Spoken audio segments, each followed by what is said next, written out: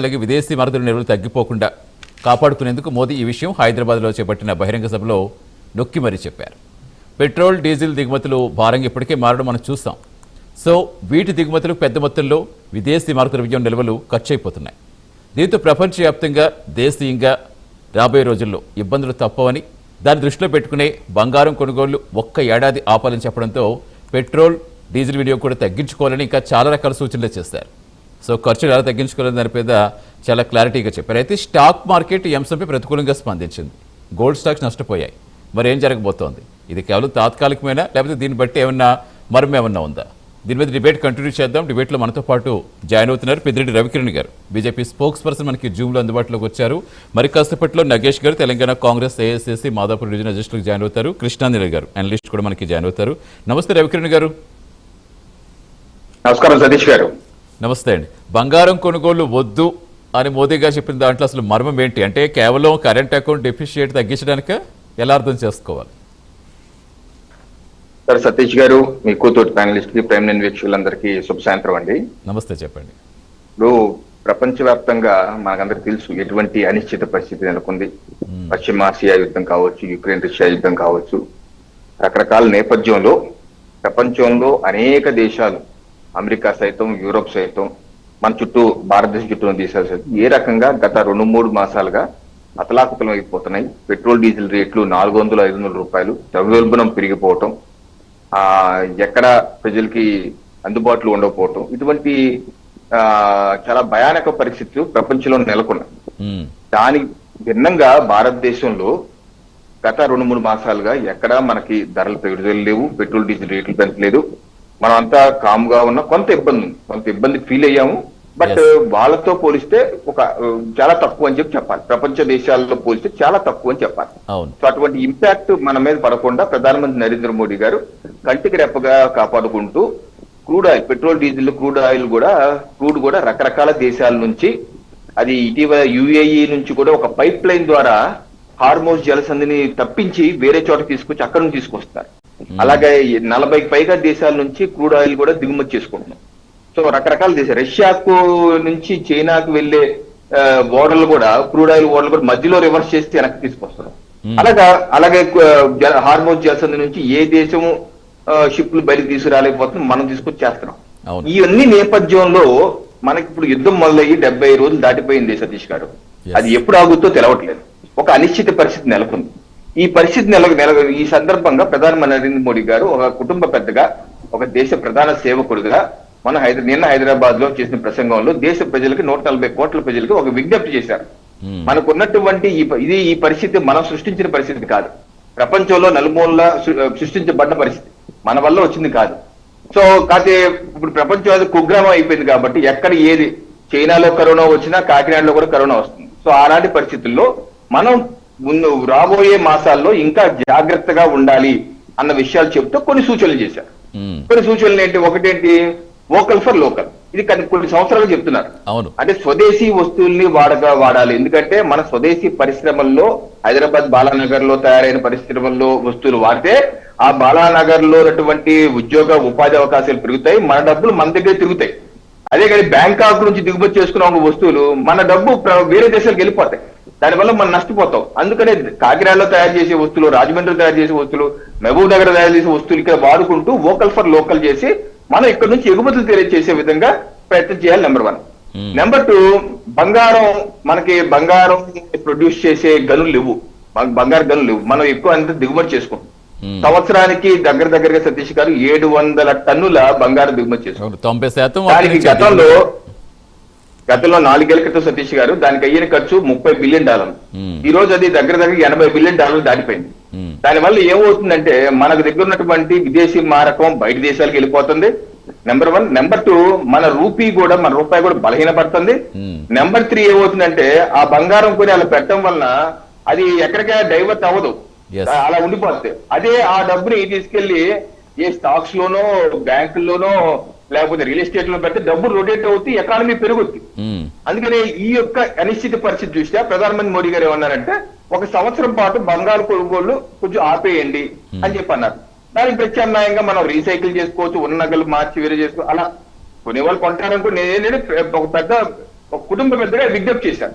అలాగే మరో విజ్ఞప్తి ఏంటంటే పెట్రోల్ డీజిల్ ఈ రోజు 80-85% మనం దిగుబడి చేసుకుంటున్నాం. ఆల్టర్నేటివ్ కూడా మనం చూసుకుంటున్నాం. ఏది ఎలాగా electric vehicle, 2 wheelers, electric vehicles కావచ్చు, సోలార్ ని మనం పెంచుకున్నాం గత 12 ఏళ్ళుగా. అలాగే గ్రీన్ హైడ్రోజన్, అలాగే ఎథనాల్ మన షుగర్ కేర్ నుంచి బ్రోకర్ ఎథనాల్ బ్లెండ్ చేస్తున్నాం, ఇవన్నీ చేస్తున్నాం. బట్ మనం ఎంత దిగుమతి చేస్తున్నాం 250 మిలియన్ టన్నులు క్రూడ్ ఆయిల్ దిగుమతి చేసుకుంటాం.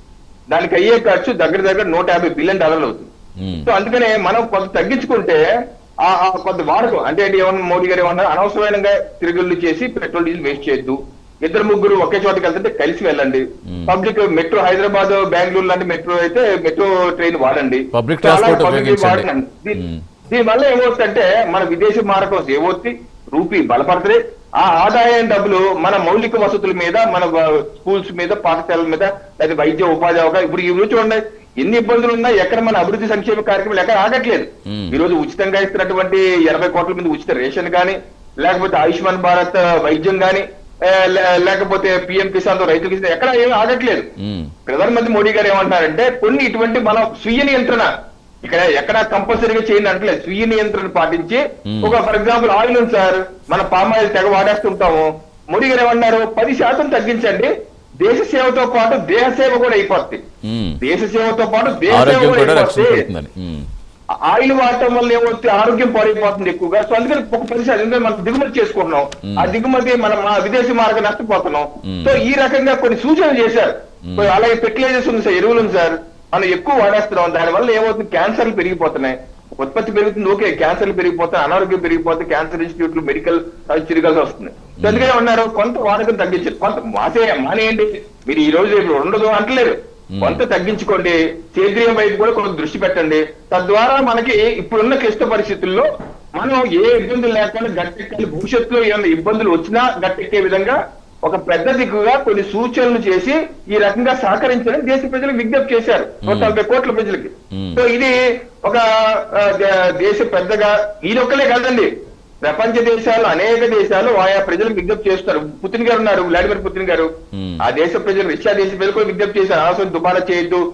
అలాగే పుతిన్ గారు ఈయన జింపింగ్ గారు ఉన్నారు చైనా, ఆయన కూడా చేశారు, ఏంటి మీరు ఆహారాన్ని వృధా చేయొద్దు, టీమ్ పేటను ఉద్యమాలు చెప్పి అన్ని చక్కగా వాడుకోండి. అలాగే అమెరికా డొనాల్డ్ ట్రంప్ గారు కూడా మీరు విదేశాల నుంచి వచ్చే దాని మీద ఎక్కువ ఆధారపడద్దు, స్వదేశంగా చేయండి. రకరకాల దేశాల్లో ఆయా అధ్యక్షులు ఆయా ప్రజలకి విజ్ఞప్తి చేస్తున్నారు. దానిలో భాగంగానే ప్రధానమంత్రి నరేంద్ర మోడీ గారు కూడా అదే విదేశీ మారక ద్రవ్యం రక్షించే ప్రయత్నంలో భాగంగా చెప్పారని మీరు చెప్తున్నారు. ఇప్పుడు దీన్ని బట్టి ఇప్పుడు నిన్న ప్రకటన చేస్తున్నట్టు ఈరోజు చూసుకుంటే ఈ గోల్డ్ స్టాక్స్ ఎదుగుతున్న భారీగా పడిపోవటం, ఆ జ్యువెలరీ షాప్ యజమానులు ఎవరితో వాళ్ళు తీవ్రంగా ఆందోళన చెందడం, వారు త్వరలోనే వెళ్ళి కలుస్తామని చెప్తున్నారు. అసోసియేషన్ కూడా ప్రకటించింది 12వ తారీఖున ఇప్పుడు సంథింగ్ ప్రధానమంత్రి కార్యాలయానికి వెళ్ళి విజ్ఞప్తి పత్రం ఇస్తామని చెప్తాం. అంటే ఏంటి ఎలా చూడండి, ఇప్పుడు బంగారానికి మన దేశంతో ఉన్న అనుబంధం ఏంటంటో ప్రత్యేకంగా ఎవరికి చెప్పక్కర్లేదు. ఇప్పుడు ఎంత పెరిగిన రేటు ఎంత పెరుగుతున్నా సరే షాపులు ఎలా కలకలాడిపోతాయో, ఖచ్చితంగా బంగారం కొనుక్కోవాలని తహదా ఎలా ఉంటుందో తెలిసిందే. నిజంగా ఈ విజ్ఞప్తులు ఇవన్నీ కూడా సామాన్య జనం వింటారనుకుంటున్నారు? అంటే బంగారం విషయంలో ఇప్పుడు ఆయిల్ విషయంలో చాలా ఇబ్బందులు పడ్డాం, ఆయిల్ కొంచెం ఇలాంటి విషయాలు అంటే వింటారు, కానీ బంగారం ఎందుకంటే ప్రతి ఇంట్లో ముడిపడిపోయి ఉన్న దాంతో సంబంధం ఉంది కాబట్టి ఎలా ఉంటుంది అనుకుంటున్నారు? అంటే ఎవరు వింటారా అంటే అండి, మోడీ గారు 2014 తర్వాత అధికారంలోకి వచ్చాక 2015లో ఒక అప్పీల్ చేశారు, గివ్ ఇట్ అప్ అంటే ఇచ్చేయండి. ఏమి ఇచ్చేయాలి, ఏదైతే మీరు గ్యాస్ సబ్సిడీ తీసుకుంటున్నారు, ఈ సబ్సిడీ నాకు అక్కర్లేదన్న వాళ్ళు ఉదారంగా ఇచ్చేయండి. ఇచ్చేస్తే నేను ఆ డబ్బుల్ని ఇంకా డబ్బులు యాడ్ చేసి పేద మహిళలకు ఎవరికైతే గ్యాస్ లేదు వాళ్ళందరికీ ఫ్రీగా గ్యాస్ బండా, సిలిండర్, రెగ్యులేటర్ కూడా ఇస్తారని చెప్పి అన్నారు. దేశంలో దగ్గర 6 కోట్ల మంది ఇచ్చేసారండి సబ్సిడీ. 6 కోట్ల మంది ఇచ్చేస్తే ఈ రోజు ఆ డబ్బులు చేసి కేంద్ర ప్రభుత్వం డబ్బులు యాడ్ చేసి 11 కోట్ల మంది మహిళలకి దేశంలో ఉచితంగా gas cylinder, regulator, gas stove కూడా ఇవ్వడం జరిగిందండి. అలాగా దేశ ప్రజలు ఉదారంగా స్పందిస్తారు. ఇప్పుడు నా భార్య కూడా ఈ మాట చెప్పంగానే నా భార్య ఏమంటున్నారు, ఓకే సంవత్సరం అంటున్నారు కదా, పోనీ కొనలే వెండి కొనుక్కుంటాలే, ఈసారి మరిగా చెప్తారు కదా అని చెప్పి నా మిసెస్ అంటున్నారు. సో అలాగా దేశ ప్రజలు ఇది కొత్తగా ఈ రోజు అడగటం కాదండి. నేను అనేది ఏంటంటే గతంలో కూడా అనేక మన దేశ ప్రధానమంత్రులు, ముఖ్యమంత్రి అనేక సందర్భాల్లో అనేక రిక్వెస్ట్ చేశారు. జవహర్లాల్ నెహ్రూ గారు అయితే 1962లో 1962లో చైనా యుద్ధం అప్పుడు దేశ మహిళల్ని మీ బంగారం మాకు ఆభరణాలు ఇచ్చేయండి అని చెప్పి అడిగారు. అప్పుడు ఇందిరాగాంధీ గారు ఆభరణాలు ఇచ్చి చాలా మంది ఆభరణాలు ఇచ్చేశారు. ఆ పరిస్థితుల్లో నెలకొంది. అలాగే 1965లో లాల్ బహదూర్ శాస్త్రి ప్రధానమంత్రిగా ఉన్నప్పుడు తింటాకి తిండి లేదండి. మనం విదేశాల నుంచి రైసు వీటి దిగుమతి చేసుకునే వాళ్ళం. ఆ సందర్భంలో లాల్ బహదూర్ శాస్త్రి గారు ఏమన్నారు తెలుసా? ఒక పూట భోజనం మానేయండి అంటే శాస్త్రి వ్రత్ అని చెప్పి దానికి పేరు పెట్టి ఒక పూట భోజనం దేశ ప్రజలందరూ మానేశారు. అలాగే 1970లో ఇందిరాగాంధీ గారు మన గోధుమ పిండి దిగుమతి చేసుకునే వాళ్ళు, మన ఉత్పత్తి లేదు మనకి, దిగుమతి చేసుకుంటే వీట్లెస్ మీల్ అంటే గోధుమ పిండి లేని భోజనానికి ఇందిరాగాంధీ గారు క్యాంపెయిన్ చేస్తే చాలా మంది గోధుమ పిండి వాడటం మానేశారు. అలాగే అనేక సందర్భాల్లో స్వదేశీ వస్తువులు వాడమన్నారు. ఆఖరికి మన 2010లో కూడా చూడండి, దేశంలో షుగర్ పంచదార రేట్లు పెరిగిపోతే, చక్కెర రేట్లు పెరిగిపోతే ఆ రోజు శరద్ పవార్ గారు అగ్రికల్చర్ మంత్రిగా ఉన్నారు, కేంద్ర మంత్రి. ఆయన ఏమన్నారంటే మీరు షుగర్ వాడటం తగ్గించండి, కట్ డౌన్ షుగర్ అని చెప్పి క్యాంపెయిన్ చేశారు. దానిలో కొంత తగ్గింది. 2013లో కూడా సేఫ్ ఫ్యూయల్ అని చెప్పి మన్మోహన్ సింగ్ గారి ప్రభుత్వం, అప్పుడు వీరప్ప మొయిలీ గారు పెట్రోలియం శాఖ మంత్రి, ఆయన క్యాంపెయిన్ చేశారు. సార్ నేనేంటంటే అలాగే రాజీవ్ గాంధీ గారు కూడా అనేక సందర్భాల్లో స్వదేశీ వస్తువులు వాడమని చెప్పిన సందర్భాలు ఉన్నాయి. సార్ ఈ దేశ పివి నరసింహారావు గారి సమయంలో కూడా ఈ దేశంలో గోల్డ్ తీసుకెళ్తే కుదవబెట్టి, ఇది విదేశీ మార్గం లేకపోతే ఇక్కడ బంగారు తీసి కుదవబెట్టి డబ్బులు తీసుకొచ్చి పరిస్థితి. సో నేనేంటంటే దేశంలో అనేక సందర్భాలు అనేక ప్రధానమంత్రులు ఆయా వేళల్లో కొంత ప్రజలకు అప్పీల్ చేయటం జరిగింది. ఆ ప్రజలు స్పందించారు. ఈ రోజు కూడా ఓకే కొన్ని ఇబ్బంది ఉంటుంది. మీరు ఇందాక అన్నారు గోల్డ్ షాపులకి వాళ్ళకి ఇబ్బంది ఉంది, వాళ్ళు తప్పనిసరిగా మాట్లాడచ్చు, ఇబ్బంది లేదు, ఏమైనా ఉంటే ఏం చేద్దాం. కాకపోతే ఓవరాల్ గా ప్రపంచంలో ఉన్నటువంటి అనిత్య పరిస్థితిని దృష్టిలో పెట్టుకొని భవిష్యత్తులో ఏదైనా ఇబ్బందులు వచ్చినా ఎదుర్కొనే విధంగా ఒక దేశ పెద్దగా, దేశ ప్రధాన సేవకుడుగా కొన్ని సూచనలు చేశారు. ఆ సూచనల ప్రకారం మనం కూడా అది అవలంబించుకొని ఎక్కడ వీలైతే అక్కడ, కంపల్సరీ కాదండి. ఒకటి నేనున్నాను, రేపు ఏమైనా ఊరు వెళ్తున్నాను, 2-3 ఒకే కారులో వెళ్లే విధంగా ప్లాన్ చేసుకుంటాం. అందరూ వేరు వేరు కార్లు వెళ్ళే కాకుండా, లేకపోతే ఏమైనా బస్సు సౌకర్యం ఉందనుకోండి, బస్సు మన బెంగళూరు వెళ్ళానండి, నేను మెట్రోలో తిరిగాను, కారు పంపిస్తాను వద్దన్నాను, మెట్రోలో తిరిగాను. సో నేనే కాదు ఎవరున్నా సరే కొంత మనం సమయం పాటించి కొంత ఖర్చులు తగ్గించుకొని ఈ ఫ్యూల్, ఈ పెట్రోల్ డీజిల్ వాడకాలు తగ్గించుకుంటాం. ఆయిల్ తగ్గించుకుంటే మంచిదే కదా. దానివల్ల దేశం గురించి ఒకటి దేశానికి ఉపయోగం, రెండు మనకు కూడా చాలా ఉపయోగాలు ఉన్నాయి లేండి దానివల్ల. అది చాలా వరకు కొంతమంది ఇప్పటికే చాలా మంది ఫాలో అవుతున్నారు. ఇలాంటివి కార్ షేర్ చేసుకోవడం ఇలాంటివి చాలా మంది మనం చూస్తూనే ఉంటాం జనరల్ గా ఒకేసారి వెళ్ళినప్పుడు. సరే, ఆర్థిక సంక్షోభాలు తలెత్తినప్పుడు ఇలాంటి యాక్షన్ ప్లాన్ తీసుకోవడం తప్పలేదని చెప్తారు. ఎస్, ఫైనల్ గా నగేష్ గారు నమస్తే అండి. ఎలా ఏం చెప్తారు ఇప్పుడు? అంటే ఇప్పుడు ఎప్పుడైనా ఆర్థిక సంక్షోభం తలెత్తున్నప్పుడు, ఇలాగ అనిశ్చిత పరిస్థితులు నెలకొన్నప్పుడు, ఇప్పుడు పసిడి దిగుమతులు ఏంటంటే పసిడి నుంచి మనం ఎక్కువ దిగుమతి చేసుకుంటున్నాం. దీనివల్ల విదేశీ మార్గం మీద ఒత్తిడి పెరిగిపోతుంది. సో అది తగ్గించాలి అంటే కొంచెం బంగారం లాంటివి కొన్ని నాళ్ళ పాటు ఆపండి అని చెప్పడం తప్పు ఎక్కడ కనిపిస్తుంది మీకు? ఫస్ట్ గుడ్ ఈవినింగ్ అండి. నేను ఫస్ట్ టైం ప్రైమ్ 9 టీవీకి రావడం. కొంచెం వ్యాలిడ్గా మాట్లాడాలి, కొంచెం కాదు వాస్తవానికి దగ్గరగా ఉండి మాట్లాడదాము. ఇప్పుడు గోల్డ్ తగ్గేయాలి, రైట్? ప్రైమ్ మినిస్టర్ గారు అన్న మాటల్ని మళ్ళీ రిమెంబర్ చేద్దాము. ఏమన్నారంటే నేషనలిజం అంటే ఏంటి, దేశభక్తి అంటే ఏంది, నేషన్ బిల్డింగ్ అంటే ఏంది అంటే విదేశీని పక్కన పెట్టి దేశీయుతాన్ని పెంచండి అన్నారు. అన్రీజనబుల్గా క్రూడ్, అన్రీజనబుల్గా గోల్డ్, అన్రీజనబుల్ డెస్టినేషన్ వెడ్డింగ్ కావచ్చు. అంటే ఇవన్నీ ఆయన ఎందుకు చెప్తున్నాడంటే నేషనలిజం అంటే ఇది కూడా ఒకటి ప్యాట్రియాటిజం, రైట్? కానీ భారత్ మాతాకి జై అని పొల్యూట్ చేసేది ఎవరు? మీరు ఆలోచించుకోవాలి ఇవన్నీ. వాస్తవానికి ఎవరు అబద్ధాలు ఆడుతున్నారు, అవాస్తవాలు ఎవరు చెప్తున్నారు? ఎలక్షన్కి ముందు కావచ్చు అదే మీటింగ్లో జై శ్రీరామ్ అన్న నినాదాలు కూడా జరిగాయి. మనం కూడా అందాం. భారత్ మాతాకి జై అన్నారు, వెరీ నైస్. భారత్ మాతాకి జై మనము అనాలి, అంటాము. కానీ భారత్ మాతాకి జై అంటేనే దేశభక్తి, అనకపోతే దేశభక్తి కాదు అన్న ట్రేడ్ మార్క్. అంటే అలాంటి సిచ్యువేషన్ క్రియేట్ చేసింది వాళ్ళే.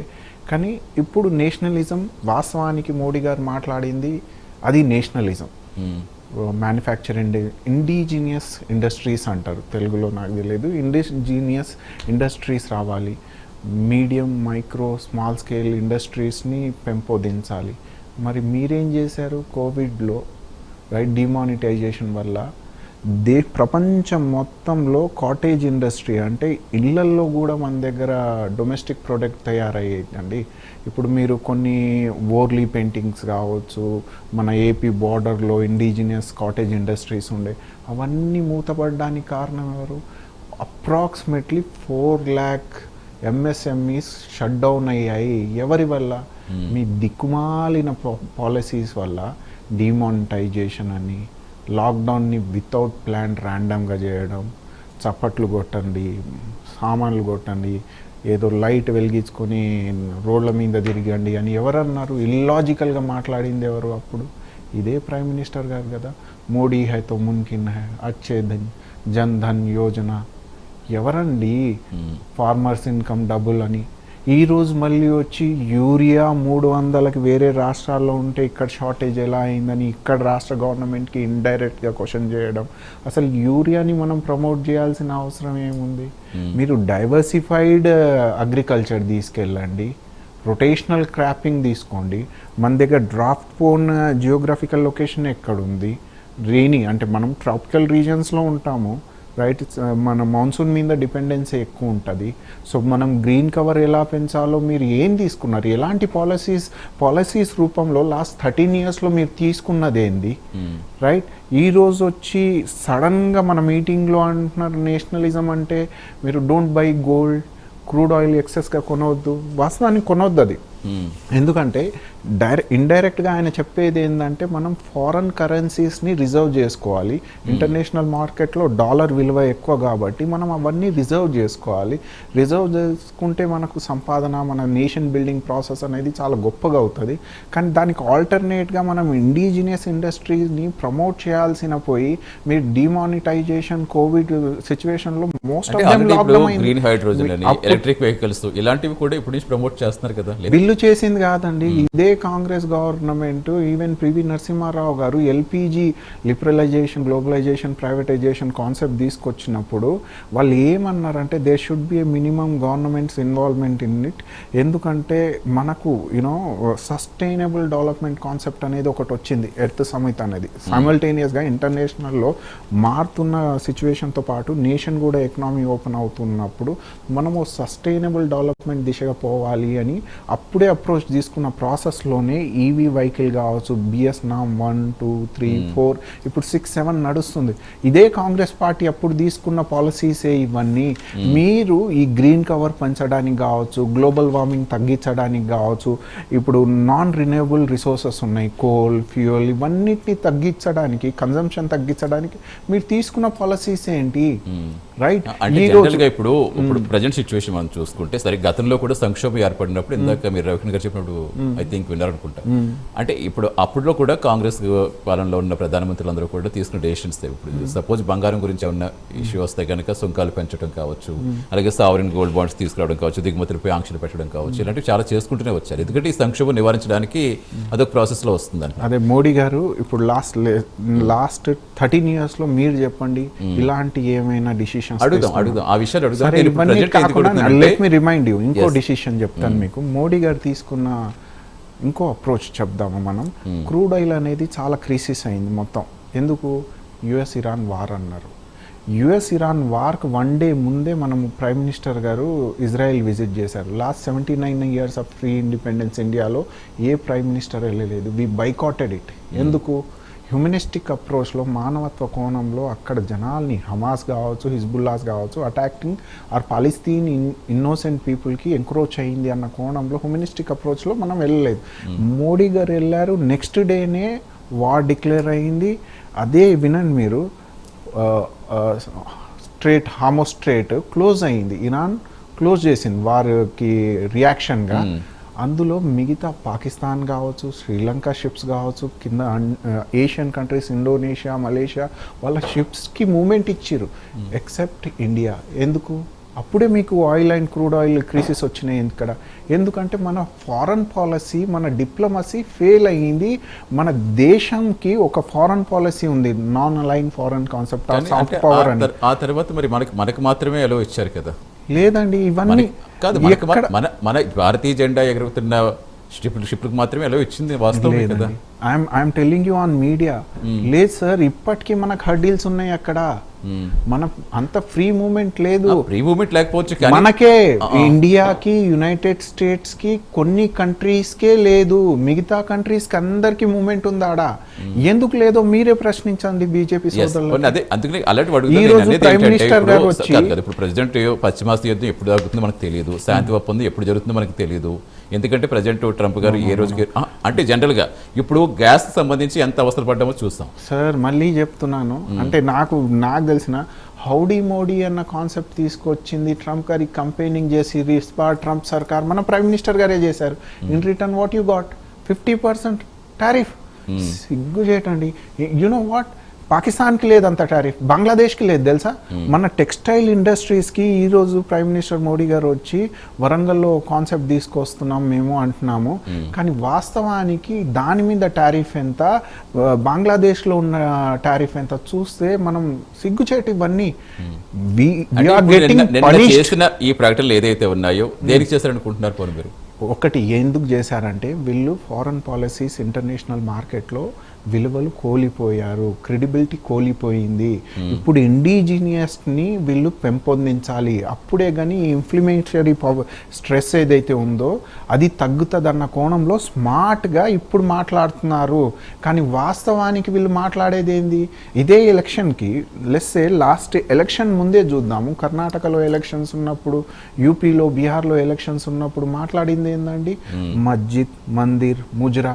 ఏ రోజు వెల్ఫేర్ కాంటెక్స్లో మాట్లాడారండి? ఇంతవరకు పార్లమెంటరీ సెషన్స్ ఎన్ని అయ్యాయి, ఏ బిల్లుల మీద ఎంత చర్చ అయింది, ఇంతవరకు ప్రెస్ కాన్ఫరెన్స్ లేదు. Welfare context a tender, A contract ఏ కంపెనీకి వెళ్ళింది, మీరు బయలేటరల్ ట్రేడ్ లో మనం తీసుకున్నది ఏంది, వాళ్ళ ఇచ్చింది ఏంది, ఇంతవరకు ప్రెస్ కాన్ఫరెన్స్ లేదు. లాస్ట్ 13 years లో మీరు అనార్కీ దిశగా మీరు ప్రతి ఒక్క సెగ్మెంట్ ఐఎమ్ నాట్ మీరు చాలా ప్రశ్నలు అందించారు కాబట్టి ఒక్కసారి రవికిరణ్ గారి దగ్గరికి వెళ్తాను, మళ్ళీ తీసుకుంటాను నేను మిమ్మల్ని. కృష్ణ నమస్తే అండి, వస్తాను మీ దగ్గరికి. ఒక్క నిమిషం రవికిరణ్ గారు ఏం చెప్తారు ఆన్సర్స్? చాలా సమస్యలు అయ్యాయి, చాలా ప్రశ్నలు సంధించారు మీకు. ఇప్పుడు పడుకునే వాళ్ళు లేపగలం, పడుకున్నట్టు నటించే వాళ్ళు నేను చెప్తామండి.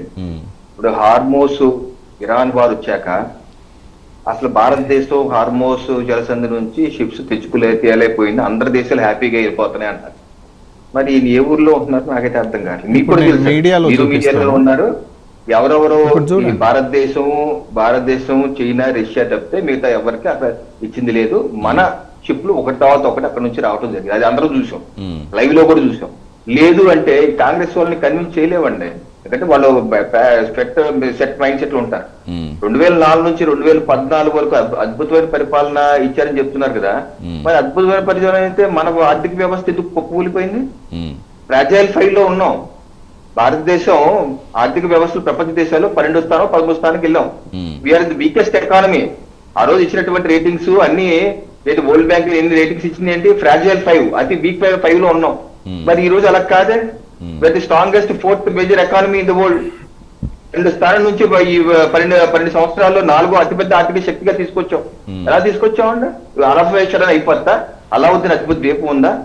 ఏ రకంగా స్వదేశీ ఉత్పత్తి చేసుకుంటూ వచ్చాం? డిఫెన్స్ తీసుకోండి, డిఫెన్స్ లో ప్రతిదీ 2014 ముందు కూడా ప్రతిదీ దిగుమతులే, ఎగుమతులు ఏమి లేవు, మ్యానుఫాక్చరింగ్ లేదు ఇక్కడ. అలాంటిది ఈ రోజు ఇక్కడ మ్యానుఫాక్చరింగ్ పెంచి లాస్ట్ ఫైనాన్షియల్ ఇయర్ లోనే దగ్గర 40,000 కోట్ల రూపాయలు ఎక్స్పోర్ట్స్ కూడా చేసాం. ఏ రకంగా మరి ఎక్స్పోర్ట్స్ అవుతాయన్నా? మేక్ ఇన్ ఇండియా స్కీమ్ లో ఏ రకంగా ఉత్పత్తి చేసుకుని మనం చూస్తున్నాం కదా. గన్స్ కూడా వివిధ కంపెనీస్ ఏ రకంగా గన్స్ చేస్తారో ఇక్కడ చూస్తాం కదా టీవీలో కూడా. అలాగే మన మచిలీపట్నంలోనే ఉంది, ఎక్కడికో వెళ్ళక్కర్లేదు. ఈ భారత్ ఎలక్ట్రానిక్స్ లిమిటెడ్ ఇక్కడ నైట్ గోగుల్స్ మ్యానుఫాక్చరింగ్ యూనిట్ పెట్టారు ఇక్కడ మచిలీపట్నం, నాగాలాండ్ దగ్గర, మచిలీపట్నం దగ్గర. అలాగే డిఆర్డిఓ పరిశ్రమ, ఇంకోటి కాంబాక్ట్ ఎయిర్ క్రాఫ్ట్ తయారీకి డిఆర్డిఓ రాయలసీమలో కూడా శంకుస్థాపన చేయబోతున్నారు. ఆ రకంగా మన మ్యానుఫాక్చరింగ్ రంగాలు అన్ని మొబైల్ మ్యానుఫాక్చరింగ్ ఎంత రకంగా పెరిగిందండి ఈ దేశంలో. 2014 ముందు ఎక్కడ ఉన్నాం? We are importing most of the mobiles. Now we are the second largest exporter in the world. లక్షల కోట్లు మీరు మొబైల్స్ ఎక్స్పోర్ట్ చేస్తున్నాం దేశంలో. Automobiles we are the 4th largest in the world.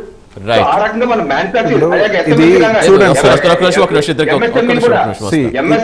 March 26 sir వినండి బీజేపీ సోదరులకి మార్చ్ 26 సార్, మార్చ్ 26, 2026 లో ఇక్కడ minister Abbas Araghchi, Iran foreign minister sir, తను ఏమంటున్నారు వినండి. ఇప్పుడు ఇది ఇంటర్నేషనల్ మీడియానే కదా, వాస్తవాలు ప్రజలకు తెలియాల్సిందేగా.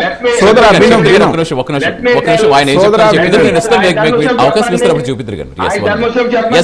మనకి బ్రేక్ సమయం అవుతుంది. రవికిరణ్ గారు చెప్పండి, తర్వాత మళ్ళీ నేను తర్వాత తీసుకుంటాను. Yes Ravikiran sir, I'm quoting from the Hindu newspaper, Okay. 26th March. న్యూస్ పేపర్లు ఎన్ని మాకు తెలిసిన న్యూస్ పేపర్లు చెప్పనియండి, ప్రజలకు తెలియనియండి వాస్తవాలు.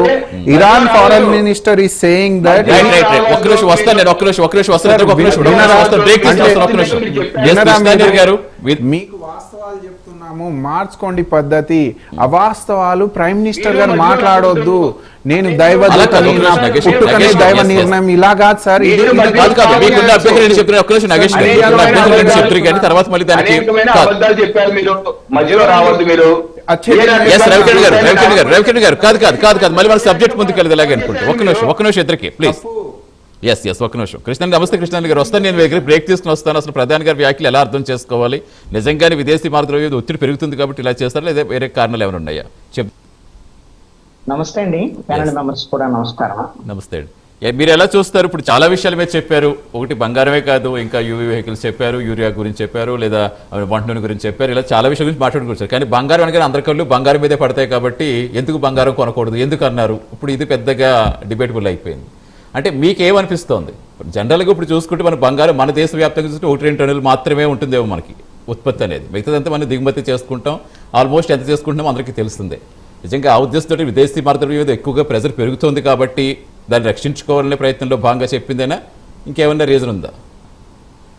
ప్రధానమంత్రి నరేంద్ర మోదీ నిన్న తెలంగాణ వచ్చినటువంటి సందర్భంలో 10 కీలకమైనటువంటి అంశాల ప్రతిపాదన చేశారు ప్రజలు.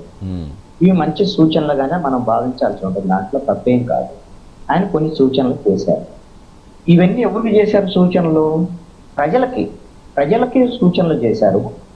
ఈ బాధ్యత, బరువు అంతా కూడా ప్రజల మీదే పెట్టేశారు. అంటే ఈ సమస్యలకన్నిటికీ పరిష్కారము మీ దగ్గరే ఉంది, మీరే దీన్ని పరిష్కరించాలి అనేటువంటి విధంగా, దీనికి మీరే కారణం అనేటువంటి విధంగా ప్రధానమంత్రి ఆ యొక్క స్టేట్మెంట్ ని మనం అర్థం చేసుకోవాలి. అంటే ఈ 12 సంవత్సరాల కాలంలో కేంద్ర ప్రభుత్వము అధికారంలో ఉండి వీళ్ళు ఈ రోజున తమ యొక్క బాధ్యతని విస్మరించి ప్రజల మీదే బాధ్యతలో మోపేటువంటి విధంగా, వాళ్ళ ఫెయిల్యూర్స్ ని కప్పిపుచ్చుకునేటువంటి విధంగా ఈ రోజున ప్రధానమంత్రి చేసినటువంటి ఈ సూచనలుగా మనం భావించాల్సి ఉంటుంది. మీరు అన్నట్లుగా ఖచ్చితంగా బంగారం అనేటువంటి అంశం మీద అందరికి ఆసక్తి ఉంటుంది, దాని మీద అట్రాక్ట్ అవుతారు. 10 అంశాల్లో కీలకమైనటువంటి అంశంగా బంగారం ఎందుకు కొనొద్దన్నారు ప్రధానమంత్రి, కారణం ఏంటి అనేటువంటి అంశాల మీద అందరూ కూడా ఆసక్తి చూపేదానికి అవకాశం. మీరు గమనించండి, మిగతా దేశాల కన్నా కూడా భారతదేశంలో బంగారం అనేటువంటి అంశము, దీని కొనుగోలు వ్యవహారం మన భారతీయ సంస్కృతి సంప్రదాయాల్లో భాగమైనటువంటి అంశం. ఇది కేవలము ఇదేదో వాళ్ళ ఆకర్షణ కోసమో లేకపోతే ఏదో అలంకారం కోసమో బంగారం కొనుగోలుకు సంబంధించినటువంటి వ్యవహారం కాదు. ఈ రోజున ఆర్థిక పరమైనటువంటి అంశాల్లో ఆయా కుటుంబాలకు ఆర్థిక భరోసా కింద ఈ విధమైనటువంటి బంగారాన్ని చూసేటువంటి వ్యవహారం ఉంటుంది. ఇవి అందుకనే ఖచ్చితంగా బంగారం కొనుగోలుకి మన భారతీయ సంస్కృతి సంప్రదాయంలో ప్రాధాన్యత ఉన్నటువంటి అంశం. ఇలాంటి పరిస్థితుల్లో బంగారాన్ని కొనొద్దు మీరు అనేటువంటి విధంగా చేసినటువంటి వ్యాఖ్యలు ఖచ్చితంగా ఆందోళన కలిగించేటువంటి అంశంగానే. మరి ఇది కేవలము విదేశీ మారక ద్రవ్యానికి సంబంధించినటువంటి అంశాలు ఇవన్నిటి మీద ప్రధానమంత్రి సూచన చేసేటువంటి క్రమంలో మరి ఇతర దిగుమతులకు సంబంధించినటువంటి అంశంలో కేంద్ర ప్రభుత్వం ఏమైనా నియంత్రణ చేసుకోగలుగుతుందా? నియంత్రణ చేసుకునేటువంటి పరిస్థితి లేదు. ఇప్పుడు గ్లోబల్ ట్రేడ్ లో ఇప్పుడు ఉన్నటువంటి పరిస్థితుల్లో అకస్మాత్తుగా ఈ దిగుమతులను తగ్గించడం అనేటువంటిది కేంద్ర ప్రభుత్వం దానికి కూడా సాధ్యమయ్యేటువంటి అంశం కాదు. మరి అలాంటప్పుడు ఉన్నటువంటి పరిస్థితుల్లో ఈ భారాలను ఎవరి మీద వేయాలి, ఏమిటి అనేటువంటి విషయంలో భారాలు ఎవరు మొయ్యాలి, ఇది చాలా కీలకమైనటువంటి అంశం. మీకు సమస్య వస్తేనేమో ప్రజల మీద భారం వేయటమో, అంతా బాగుంటేనేమో మాకే కీర్తి ప్రతిష్టలు అనేటువంటి విధంగా వ్యవహరించడం అనేటువంటిది ఎన్డీఏ ప్రభుత్వంలో కొనసాగుతున్నటువంటి అంశంగా మనం భావించాల్సి ఉంటుంది. ఈ 12 సంవత్సరాల ఈ 3 దఫాల ప్రభుత్వ హయాంలో ఎన్డీఏ ప్రభుత్వం భారాలు సమస్యలు వచ్చేసరికల్లా ప్రజలు మొయ్యాలి, ప్రజలు బాధ్యతగా ఉండాలి అనేటువంటి విధంగా ప్రజల మీద ఈ రోజున బాధ్యతని ప్రజలు నెత్తిన పెట్టేటువంటి ప్రయత్నం చేస్తుంది. ఇక పెట్రోల్ కు సంబంధించినటువంటి అంశానికి వస్తే మీరు పెట్రోల్ డీజిల్ కు సంబంధించినటువంటి విషయంలో మీరు తగ్గించండి, వాడకం తగ్గించండి అనేటువంటి విధంగా ఈ రోజున మాట్లాడుతున్నారు. అంటే ఈ విధంగా యుద్ధం అనేటువంటిది అకస్మాత్తుగా వచ్చిందా, లేకపోతే ఈ యుద్ధకు సంబంధించినటువంటి పరిస్థితులు ఎప్పటి నుంచి ఉన్నాయి, దానికి సంబంధించినటువంటి ఒకవేళ యుద్ధ పరిస్థితులు ఉంటే దాన్ని మనం ఎలా అధిగమించాలి, ఈ విషయంలో భారత ప్రభుత్వం తీసుకున్నటువంటి చర్యలు ఏంటి, ఇవి కదా కీలకము. ఇప్పుడు హార్మోజ్ జలసంధి దగ్గర ప్రాబ్లం ఉంది మనకి అనేటువంటి విధంగా మరి మాట్లాడేటువంటి క్రమంలో దానికి ప్రత్యామ్నాయంగా ఎలాంటి జాగ్రత్తలు తీసుకున్నాం మనము అనేటువంటి విషయంలో మనము విదేశీ విధానాల విషయంలో భారత ప్రభుత్వం యొక్క వైఖరి ఇప్పుడు అనేక సందేహాలకు తావిచ్చేటువంటి విధంగా ఉంది. ఈ రోజున ట్రంప్ ఏం చెప్తే అది మనం వినేటువంటి పరిస్థితుల్లో మనం ఉన్నాము అనేటువంటిది, దీనికి మేమెందుకు వింటాము, అలాగే లేదు, ఇది కావాలని విమర్శ చేస్తున్నారు అనేటువంటి విధంగా మాట్లాడొచ్చు బీజేపీకి సంబంధించినటువంటి వాళ్ళు.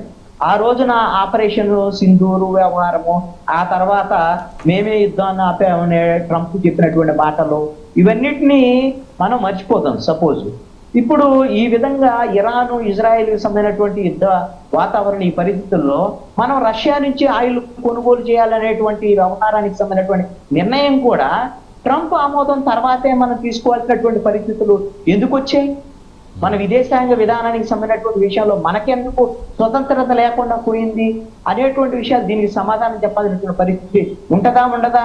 వీళ్ళు పదే పదే చెప్తారు కాంగ్రెస్ ప్రభుత్వ హయాంలో అలా జరిగింది, ఇలా జరిగింది. కాంగ్రెస్ ప్రభుత్వ హయాంలో మీరు గమనించండి, 1991లో నూతన ఆర్థిక విధానాలకు సంబంధించినటువంటి ఒక జటిలమైనటువంటి సమస్యను ఆ రోజున పివి నరసింహారావు ప్రభుత్వము ప్రపంచవ్యాప్తంగా వచ్చినటువంటి నూతన ఆర్థిక విధానాల సమయంలో కూడా మన ఆర్థిక వ్యవస్థ దెబ్బతినకుండా ఒక ప్రయత్నం అయితే పివి నరసింహారావు అయితే చేయగలిగారు కదా. అదేవిధంగా 2005 నుంచి 2007, 2010 లోపల ప్రపంచవ్యాప్తంగా ఆర్థిక మాంద్యం వస్తే అలాంటి ఆర్థిక మాంద్యాన్ని భారతదేశం తట్టుకున్నటువంటి పరిస్థితి, తట్టుకుని నిలబడ్డటువంటి పరిస్థితి మన ఆర్థిక వ్యవస్థ ఉంది అని అంటే ఆ రోజున యూపీఏ ప్రభుత్వం యొక్క పనితీరును మనం అప్రిషియేట్ చేయాలా అక్కర్లేదా? ఈ రోజున ఒక సమస్య వస్తే మనం వెల్లవెల్లాడిపోయేటువంటి పరిస్థితి మన భారత ప్రభుత్వం ఉంది. ప్రజల మీద ఈ విధమైనటువంటి నిబంధనలు పెట్టేటువంటి పరిస్థితి ఉంది. మీరు ఏం కొనాలి, ఏం తినాలి, ఎక్కడికి వెళ్ళాలి, ఎక్కడికి వెళ్ళకూడదు అంటే ఇక్కడ ప్రజల మీద భారం పడకుండా ఎవరి ఫెయిల్యూర్ ఇది? ఇది ఎవరు అడుగుతున్నానండి. ఒక పాయింట్ నేను అడుగుతాను. మీరు పెట్రోల్ డీజిల్ కి సంబంధించినటువంటి దాంట్లో నియంత్రణ ఉండాలి. మరి ప్రత్యామ్నాయ మార్గాలు ఏమైనా ఉన్నాయా? మీరు ప్రత్యామ్నాయ మార్గాలకు సంబంధించినటువంటి విషయాల్లో ఏమైనా ఏర్పాట్లు చేశారా? అదేమీ లేనటువంటి పరిస్థితి ఉంది. ఆ రోజున యూపీఏ ప్రభుత్వ హయాంలో ప్రపంచ వరల్డ్ సంబంధించినటువంటి ట్రేడ్ కి సంబంధించినటువంటి దాంట్లో క్రూడ్ ఆయిల్ ధరలో ప్రపంచ మార్కెట్ లో ఆ రోజున క్రూడ్ ఆయిల్ కి సంబంధించినటువంటి ఒక బ్యారల్ ధర 100 రూపాయల పైన ఉంటే మనకి 50 రూపాయల లోపు మనకి పెట్రోల్ డీజిల్ సంబంధించినటువంటి రేట్లు ఉంటే ఈ రోజున క్రూడ్ ఆయిల్ ధరలు 35 రూపాయలు 40 రూపాయలు బ్యారల్ ధరలు ఉంటే మనం 100 రూపాయలు దాటి వెళ్ళిపోయినటువంటి పరిస్థితి ఉంది. మన రూపాయి కూడా ఈ రోజున సెంచరీ మార్కును దాటి మనము ఇప్పుడు కాదు, ఇప్పుడు అవి అధిగమించాలంటే ఇప్పుడు మనం ఫెయిల్యూర్ ఎవరిది? ఓకే రైట్, అడుగుదాం. ఎస్ వస్తారు కృష్ణ గారు. రవికిరణ్ గారు మీరు చెప్తారు కానీ ఇప్పుడు నగేష్ గారు కూడా మీరు అడగండి, రెండింటికి సమాధానం. ఇప్పుడు ఎందుకంటే అక్కడ ఆయన మాట్లాడింది సార్ అన్నారు కదా కొన్ని విషయాలు, అవి మనం టెక్నికల్ గా చూడాల్సిన అవసరం ఉంది. ఆయన అడ్డం పడిపోయారు కాంగ్రెస్ ఆయన. ఇప్పుడు ఆయన నాకు ఇచ్చారనుకుంటున్నాను. రైట్ మనకి ఎస్ కానీ రవికిరణ్ ఒక్క నిమిషం, ఎందుకంటే ఇప్పుడు కృష్ణ గారు మాట్లాడుతూ విదేశీ పాలసీ మీద విదేశీ పాలసీ సరిగ్గా లేక ఒక నిమిషం ఒకసారి సతీష్ గారు మీరు మోడరేటర్ గా ఆయన మాట్లాడినప్పుడు నేను కామ్ గా ఉంటాను. మాట్లాడినప్పుడు ఆయన కామ్ గా ఉంటారు లేదా అడగండి. ఉంటారు ఒక్క నిమిషం ఆయన కూడా క్వశ్చన్ అడుగుతారంటే ఇద్దరికి సమాధానం చెప్పండి, ఎందుకంటే నాకు విదేశీ పాలిటిక్స్. ఆయన అడగండి ముందు. నగేష్ గారు ఒకటి, ఇప్పుడు మీరు మాట్లాడతారు కదా, ఇప్పుడు మీరు అడిగేది అంటే అడగండి, తర్వాత మళ్ళీ రవికిరణ్ దానికి క్లారిటీ ఇస్తారు అండి. నేను మీరు అంత ఆరోగెంట్ గా అయితే చెప్పలేను ఎవరిని, మీరు మాట్లాడేటప్పుడు మీరు కామ్గా ఉండండి అని నేను చెప్పలేను. కానీ నాయి కొన్ని క్వశ్చన్స్ ఇందాక సార్ అన్నారు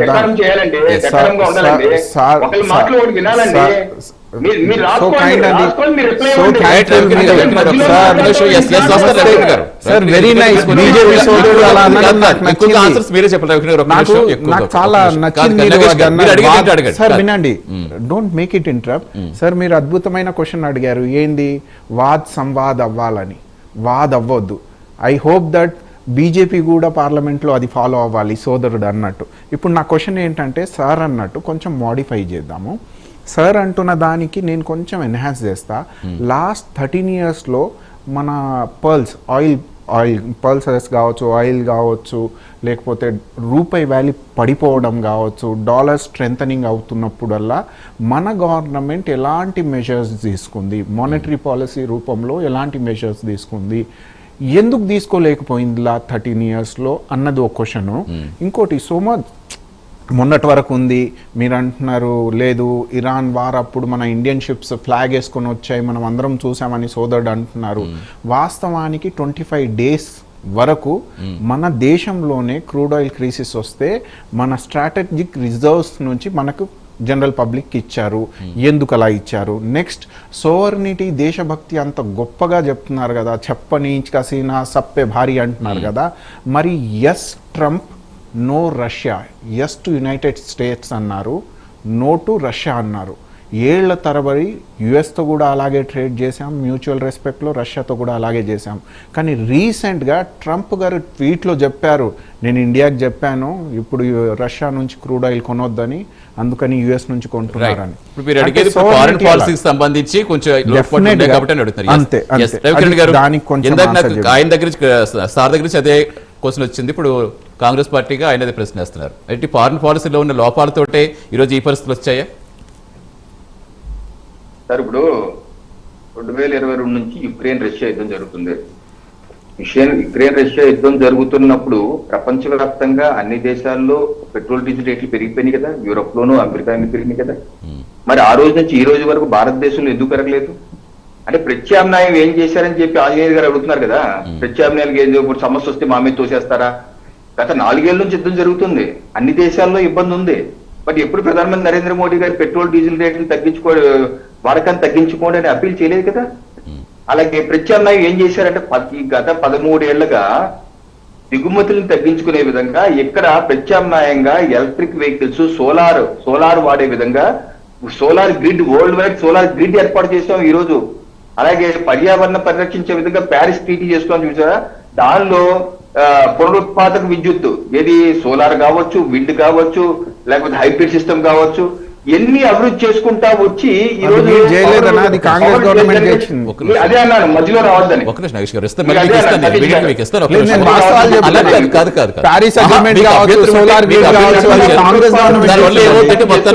సమయం ఉంది, డిబేట్ ముందుకు సమయం అయిపోతుంది. కానీ మళ్ళీ మీరు వెంటనే మీకు ఇస్తాను, మీకు అభ్యంతరం ఏంటో చెప్తారు. కానీ ఎస్ ఇలా మాట డిస్టర్బ్ చేస్తే పునరుత్పాదక విద్యుత్ వైపు కూడా వెళ్తూ, గ్రీన్ హైడ్రోజన్ వైపు వెళ్తూ ఈ రోజు మనం ప్రత్యామ్నాయంగా చూసుకుని ఎలక్ట్రిక్ వెహికల్స్ తీసుకొచ్చాం కదా. ఈ సందర్భంలో ఎప్పుడు ఆల్టర్నేటివ్ సోర్సెస్ మీరేమి ఎత్తలేదు, ఏమి చేయలేదు అని అంటే ఎలా కుదురుతుంది? ఇవన్నీ చేసుకుంటూ వచ్చాం కదా. బట్ ఈ రోజు కాంగ్రెస్ స్పెసిఫిక్ గా అంటే కారణం ఏంటి? ఇప్పుడున్న పరిస్థితి ఒక ప్రత్యేకమైన పరిస్థితి ఏర్పడింది. గత 70 రోజులుగా యుద్ధం జరుగుతున్నా సరే హార్మోజ్ జలసంధి నుంచి ఎక్కడ భారతదేశ షిప్పులు రాలేదు అంటే ఇంకా ఆయనకేం చెప్తారు సమాధానం? ఆన్లైన్ లో ఉంది, ఎక్కడైనా ఎవరిని చూడండి. రాహుల్ గాంధీ గారికి ఇటువంటి ఏం కనబడవు. ఎందుకంటే వీళ్ళంతా దేశ వ్యతిరేక శక్తులతోనే ఉంటారు కదా. ఇలా ఆలోచన ఎప్పుడు ఆ రకంగా ఉంటుంది. అన్ని 25 రోజుల వరకు మనకి ఎలా లేదు, మిగతా దేశాలకు 20 రోజుల వరకు మనకి అన్నది మీరు జలసంధి నుంచి ఈ రోజు వరకు తీసుకొస్తానే ఉన్నాము. ఇప్పుడు దాని మీద కూడా డిస్టర్బెన్స్ ఉన్నట్టుంది. ఈ రోజు వరకు అక్కడ తీసుకొస్తున్నాం, ఈ రోజు వరకు పెట్రోల్ డీజిల్ రేటు పెరగలేదు కదా. అంటే సతీష్ గారు మన్మోహన్ సింగ్ గారు ఏమన్నారు తెలుసా? 2013లో మన్మోహన్ సింగ్ గారు ఏమన్నారు కానీ బండి సంజయ్ గారు మాత్రం యుద్ధాన్ని ఆపినామన్నా అన్నారు. యుద్ధాన్ని petrol diesel rate, crude oil rate పెరిగిపోయినాయి, అందుకని 10 రూపాయలు అమాంత యుద్ధాన్ని ఎలా ఆపారన్నా ప్రైమ్ మినిస్టర్ మోడీ గారు? పైసాలే ముఖ్య గారు మన్మోహన్ సింగ్ గారు అన్నారు. అన్నగారు యుద్ధాన్ని ఆపిరట కదా ప్రైమ్ మినిస్టర్ మోడీ గారు. ఐ డ్యూ రెస్పెక్ట్ మన ప్రైమ్ మినిస్టర్ ఆఫ్ ఇండియా గారు, కానీ యుద్ధాన్ని ఆపారంట, నిజమేనా? ఇరాన్ ఇజ్రాయిల్ మధ్యలో యుద్ధాన్ని ఆపిర్రా, లేకపోతే యుక్రెయిన్ రష్యా యుద్ధాన్ని ఆపిర్రా? దేవుడనా యుద్ధాన్ని ఆపిర్రు అంటున్నారు కదా పబ్లిక్ మీటింగ్స్ లో. 1,50,000 ఇచ్చారు. అచ్చే దిన్ అన్నారన్నా. ఇంకోటి చెప్పనా, వాస్తవానికి let's get back to the topic. సోదరా ఒక్క నిమిషం. టెక్నికల్లీ ఇప్పుడు ఈ పెరుగుతున్న ఇన్ఫ్లేషనరీస్ కి మనం కౌంటర్ గా వినండి కంప్లీట్ విన్న తర్వాత ఇగో ఇదే ఇందాక వాద్ సంవాద్ అన్నారు కదా, democracy someone is missing the decorum of the debate.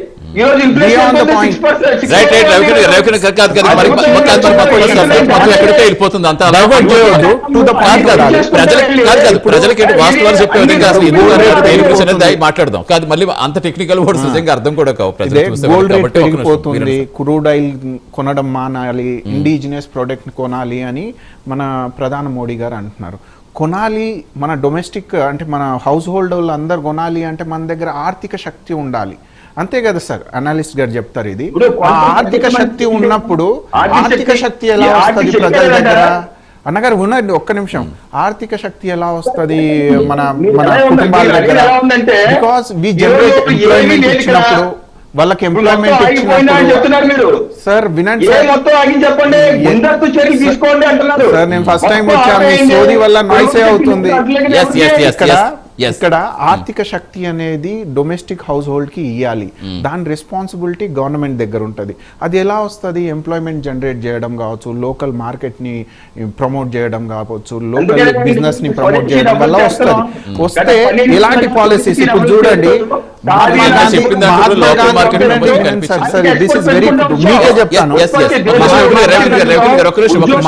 Gandhi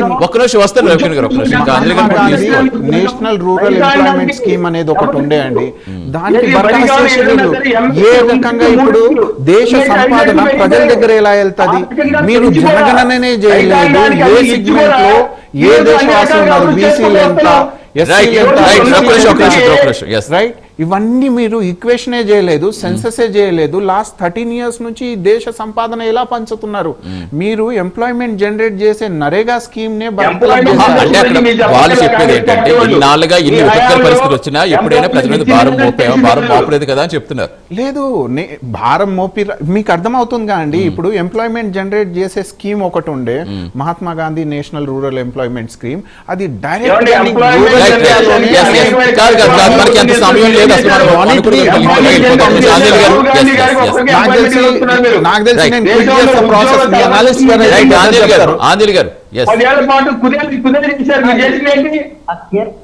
Ravikiran గారు విత్ డ్యూ రెస్పెక్ట్ అండి, నేను రవికిరణ్ గారు చాలా మంచి సబ్జెక్ట్ ఉన్నటువంటి అధికార ప్రతినిధి అండి, బీజేపీ తరఫున చాలా ఎక్సలెంట్ గా మాట్లాడతారు ఆయన. ఇప్పుడు దయచేసి నేనేమంటా అంటే ఇగోకి వెళ్ళొద్దు, మనము మీ వాదన మీకు వెళ్తుంది, మన డిబేట్ కాబట్టి మధ్యలో వాళ్ళు మాట్లాడొచ్చు, మాట్లాడినంత మాత్రాన మీరు ఖచ్చితంగా మాట్లాడొద్దు అని ఆయన మాట్లాడాడు కాబట్టి నేను మాట్లాడతాడనే విధంగా కన్ఫ్యూజన్ వద్దు అని సూచన మాత్రమే.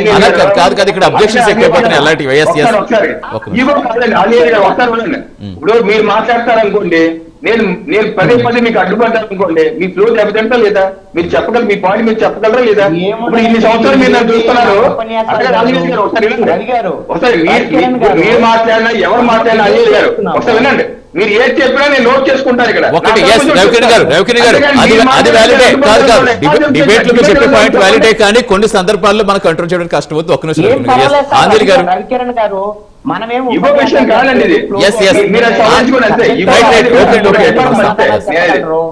ఏమి ఇబ్బంది లేదు. దయచేసి ఇక్కడ ఒకటే అండి, నేను మన మిత్రులు మాట్లాడిన దాన్ని కొనసాగించగానే చెప్తాను.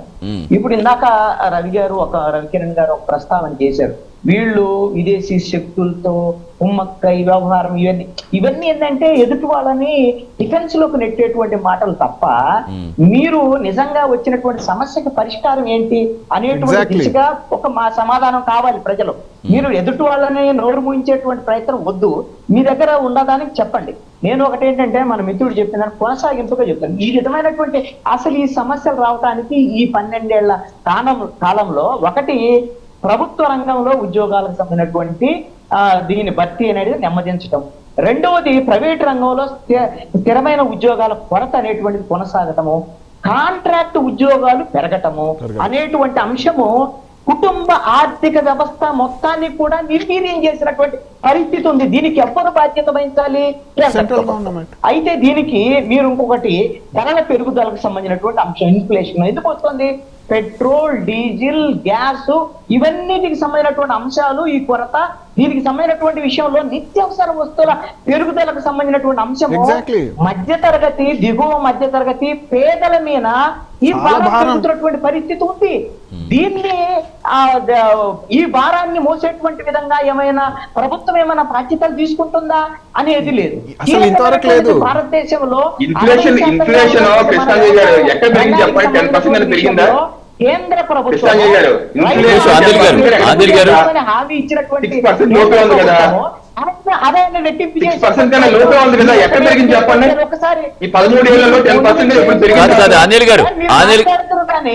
గారు మీరు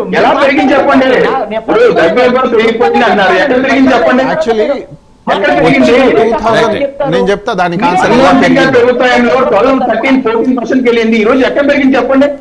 దానికి ఆన్సర్ ఇవ్వండి. ఒక నిమిషం ఎవరు ఇచ్చినా సరే నేను ఇవ్వగలుగుతాను.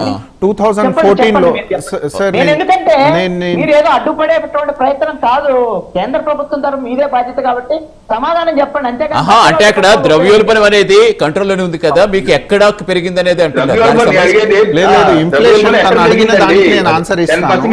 ఇన్ఫ్లేషన్ మెజర్మెంట్ అనేది 2015 వరకు వేరే లాగా ఉండేది. 2015 లో ఇన్ఫ్లేషన్ మెజారిటీ ఆ ఇండెక్స్లు మార్చారు వీళ్ళు, పారామీటర్స్ మార్చి అది 7 కన్నా బిలో ఉండేటట్టు చేశారు. అంటే ఇది ఇంకో రకమైన technical illogical to make Indian nation. సరే కాదు కాదు కాదు కాదు ఓకే ఓకే. ఇప్పుడు పార్టీ పరంగా వెళ్ళిపోతే నిజంగా అర్థం కాదు. ఒక నిమిషం సరే ఫైనల్ గా ఎలా మెజర్ చేస్తారంటే ఇండెక్సెస్ రైట్. ఒక నిమిషం అందరూ మాట్లాడదు ప్లీజ్ ప్లీజ్. రవికిరణ్ ఒక నిమిషం ఉండండి. సరే దానికి సంబంధించి అడగండి కిషన్ గారు. గురించి మాట్లాడారు కదా మీరు. 2014 నుంచి తర్వాత ఇప్పుడు ఉన్నటువంటి పరిస్థితిలో అప్పుడు ధరల నిత్యావసర వస్తువుల ధరల పరిస్థితి ఏంటి, ఈ రోజు ఉన్నటువంటి పరిస్థితి ఏంటి, అదే విధంగా ప్రజల యొక్క ఆదాయం ఆ రోజు ఉన్నటువంటి పరిస్థితి ఏంటి, ఈ రోజు ఉన్నటువంటి పరిస్థితి ఏంటి, ఉద్యోగాల కల్పన ఆ రోజు ఉన్నటువంటి పరిస్థితి ఏంటి, ఈ రోజు ఉన్నటువంటి మీరు డిఫరెన్స్ చెప్పండి. మీరు టెక్నికల్ గా ఏదో ఒక పాయింట్ కాదు, దీని విషయంలో ప్రజలకు తెలుసు మీరేం చెప్పారా. ఈ ఒక్కదానికి సమాధానం చెప్పండి చాలు. ఏమంటే ఉద్యోగ కల్పన 2014 నుంచి 12 ఏళ్ళలో ఎంత ఇదిగా పెరిగిందంటే ఒకసారి మీ గణాంకాలు తీసుకోండి కావాలంటే. ఇప్పుడు ప్రభుత్వ దాని గురించి మాట్లాడుకుంటే సమయం సరిపోతుంది. రంగంలో అనేక రెట్లు అనేక లక్షల ఉద్యోగాలు క్రియేట్ అయినాయి. మేక్ ఇన్ ఇండియా స్కీమ్ లోనే అనేక లక్షల ఉద్యోగాలు క్రియేట్ అయినాయి. ఫార్మసిటికల్ రంగంలో క్రియేట్ అయినాయి. ప్రభుత్వం కూడా ప్రధానమంత్రి నరేంద్ర మోడీ గారు ఫార్మాసిటికల్ లో కూడా మనం చేయలేదండి. ఇప్పుడు క్రూడ్ ఫార్మా మనం చైనా నుంచి ఇంపోర్ట్ చేసుకుంటున్నాం. ఆయన ఇచ్చారు అపాయింట్మెంట్. ఉద్యోగ కల్పన జరగలేదంటే అలాగే అన్ఎంప్లాయ్మెంట్ రేట్ కూడా తక్కువ ఉంది. 5 లోపే ఉంది అన్ఎంప్లాయ్మెంట్ రేట్. యూపీఐ పారామీటర్స్ మార్చారు. ఈ రోజు అది 5% లోపే ఉంది అన్ఎంప్లాయ్మెంట్ రేట్. కాబట్టి మీ గణాంకాలు నెక్స్ట్ డిబేట్ తీసుకుని చెప్తాను దాని గురించి. అలాగే అప్పటి నుంచి ఇప్పుడు వరకు ఏ అభివృద్ధి చెందలేదండి. ఏ రకంగా మౌలిక వసతులు కల్పన చేయండి, ఏ రకంగా దేశంలో జాతీయ రహదారులు విస్తరణ కావచ్చు, రైల్వే నెట్వర్కింగ్ కావచ్చు, విద్యుదీకరణ కావచ్చు, లేదా ఎయిర్పోర్ట్ కనెక్షన్ కావచ్చు, పోర్టులు కావచ్చు, ఈ రకంగా మౌలిక వసతులు అభివృద్ధి జరగలేదండి. నగేష్ గారు అప్పటి నుంచి అభివృద్ధి ఏం కనిపించలేదా మీకు? ఒక నిమిషం రవికిరణ్ గారు ఫైనల్ గా మీరు చెప్తే కిషన్ గారు కృష్ణారెడ్డి గారు ఆంజనేయులు గారు ఒక్క నిమిషం ఫైనల్ గా మీరు కంప్లీట్ తిరిగిన ఒక్క నిమిషం. మీకు అప్పుడు ఇప్పుడు అభివృద్ధి ఏం కనిపించలేదు? కనిపించిందండి. భారత్ మాతకి జయ అనకపోతే మీరు దేశభక్తులుగా మందిర్ ముజ్రా అనడం కనిపించింది ప్రైమ్ మినిస్టర్ ఆఫ్ ఇండియా. ఇప్పుడు అలా నాకు కనిపించిన అభివృద్ధి ఏంటంటే ఆయిల్ ప్రొడక్షన్, పల్సెస్ ప్రొడక్షన్ ఇండియాలో ఎక్కువగా ఉండేది. వచ్చిన తర్వాత మోడీ గారి గవర్నమెంట్ వచ్చిన తర్వాత దాన్ని ప్రొటెక్ట్ చేసుకోవడానికి ఎలాంటి పాలసీస్ తీసుకుంటున్నారు, మానిటరీ రూపంలో కావచ్చు, ఫిజికల్ మెజర్మెంట్ రూపంలో కావచ్చు, ఎలాంటి పాలసీ నిర్ణయాలు వచ్చాయి అంటే లాస్ట్ 13-14 years లో 0 నా బాధ పర్టికులర్ గా ఒకరి గురించి కాదు. ఈ దేశ ఒకటి గత ప్రభుత్వాల్లో అప్పుడు పరిస్థితులు వేరు జనరల్ గా మారుతూ ఉంటాయి. మారుతూ ఉన్నప్పుడు మీకు అప్పుడు ఇలాంటి సిచ్యువేషన్స్ వస్తే అప్పుడు ఇలాంటి డిసిషన్స్ తీసుకోలేదా? ఇప్పుడు గోల్డ్ గురించి మనం ప్రత్యేకించి మాట్లాడుకుంటాం. గోల్డ్ విషయంలో అప్పుడు కూడా తీసుకున్నారు, సావరిన్ గోల్డ్ బాండ్స్ తీసుకొచ్చారు, సుంకాలు విధించారు, చాలా జరిగినాయి కదా. ఇప్పుడు అలాంటి తీసుకుంటుంటే ఎందుకు మీకు అడ్డంకిగా కనిపిస్తున్నాయి? ఫస్ట్ నా అబ్జర్వేషన్ ప్రకారము మన ఫారెన్ పాలసీ ఫెయిల్ అయింది, అల్టిమేట్ గా ఫెయిల్ అయింది. ఫైనల్ గా మీరు చెప్పేది విదేశీ పాలసీ కరెక్ట్ గా లేదు కాబట్టి కానీ ఇంకోటి వరల్డ్ ట్రేడ్ సెంటర్ లో కూడా, వరల్డ్ ట్రేడ్ ఆర్గనైజేషన్ లో కూడా ట్రేడ్ జరుగుతాయి ఇంటర్నేషనల్ కంట్రీస్ అన్నిటికీ. ఎన్ని 192 కంట్రీస్ అన్ని ట్రేడ్ గారు కాదు. ఆయిల్ డెఫిషియన్సీ వచ్చింది మనకి. అప్పుడు నిజంగా ట్రంప్ మీద ఎందుకు ఆధారపడాల్సి వచ్చింది? రష్యా మీద తీసుకుంటాం, మళ్ళీ ట్రంప్ ఎందుకు మనం రిక్వెస్ట్ చేయాల్సి దాన్ని ఎక్కువగా సమయం లేదు కాబట్టి ఎక్కువగా. ఎస్, దానికి ఒక్కదానికి యూపీఏ గవర్నమెంట్ టైంలో ఆయిల్ రేట్ పెరిగితేనండి ఏం చేసేది తెలుసా వీళ్ళ కాంగ్రెస్ వాళ్ళు? 1.5 1,50,000 కోట్ల రూపాయలు బాండ్ 10% 12% వడ్డీకి ఇచ్చి బాండ్లు ఇచ్చారు. అది కట్టలేని డబ్బులు. ఆ బాండ్ ఇచ్చి ఆ తర్వాత 2015 తర్వాత దానికి వడ్డీతో కలిపి 1,50,000 కోట్లు అసలు, 1,70,000 కోట్లు వడ్డీ, మొత్తం 3,70,000 కోట్లు కేంద్ర ప్రభుత్వం నరేంద్ర మోడీ ప్రభుత్వం కట్టవలసి వచ్చింది. అలాగే 2013లో లెక్కలు కదా, నాకు అంత సమయం లేదు. రవికిరణ్ గారు, ట్రంప్ గారి మీద ఎందుకు ఆధారపడాల్సి వచ్చిందని ఒక్కటే దానికంటే ఆన్సర్ ఇవ్వండి. ట్రంప్ గారు ఎలా చెప్తే అలాగే ఎందుకు చేస్తున్నారు? రష్యాకి సంబంధించి ఆయిల్ కొనమంటే కొంటాం, వద్దు అంటే ఆపేయడం, లేదంటే రష్యా ఆయిల్ మనం తగ్గించింది లేదు. ట్రంప్ గారు కొనమంటే మీడియాలో మళ్ళీ చూపిద్దాం, 70 మిలియన్ ఆంజలి గారు ఫైల్ కంక్లూడ్ చేయండి. ఆంజలి గారు సమయం అవుతుంది. ఆంజలి గారు రైట్, రవికిరణ్ గారు ఎస్ సమయం అవుతుంది. ఫైల్ కంక్లూడ్ చేద్దాం. అంశంలో